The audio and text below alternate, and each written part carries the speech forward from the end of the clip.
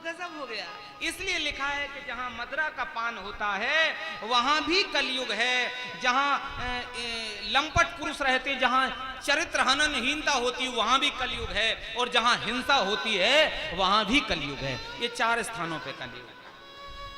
लेकिन कलयुग ने विचार किया कि क्षत्रिय राजा प्रसन्न हो गया है, हाथ जोड़ करके प्रणाम करके हुए कहा, महाराज ये 4 ही कमरे हैं हमारे लिए। राजा परीक्षित ने कहा 4 रूम, केवल 4 रूम है, 4 कमरे, इन्हीं में रहो, इन्हीं में जीवन गुजारो।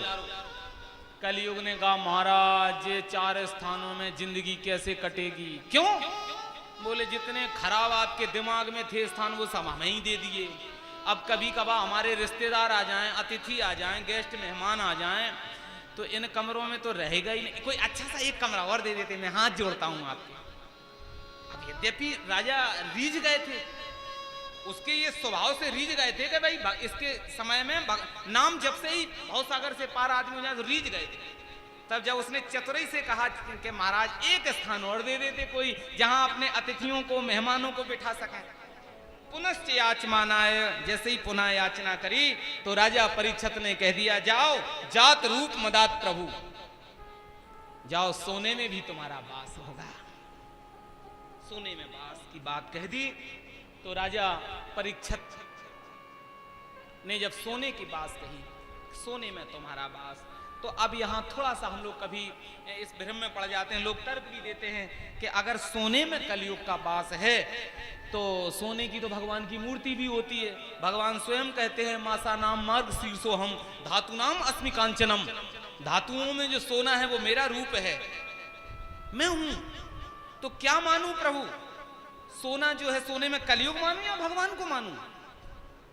तो ऋषियों ने समाधान दिया है, मनीषियों ने, कि देखो सोने के 2 रूप हैं। जो सोना मेहनत से कमाया हुआ होगा, मेहनत से सोने को प्राप्त किया होगा, उस सोने में कलयुग नहीं होगा।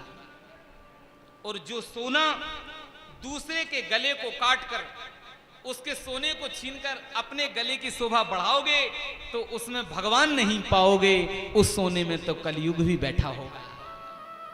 इसलिए बताते हैं, हमारे यहाँ ये नियम है कि ऐसी चीज का धारण करो, क्योंकि इस संसार में ऐसी कोई वस्तु नहीं है जिसमें कोई दोष ना हो।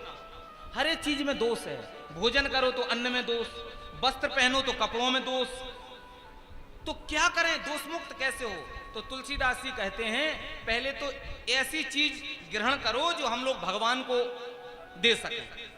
अब आप विचार करते हैं कि भगवान को क्या स्वीकार किया होता है, तो पहले तो ईमानदारी से धन कमाओ, ईमानदारी का कमाया धन फिर प्रभु को समर्पित करो, और प्रभु को समर्पित करके फिर उसे प्रसाद रूप में स्वीकार करो, तो उसमें कलयुग नहीं, उसमें केशव होंगे भगवान, उस संपत्ति में होंगे प्यारे, उसमें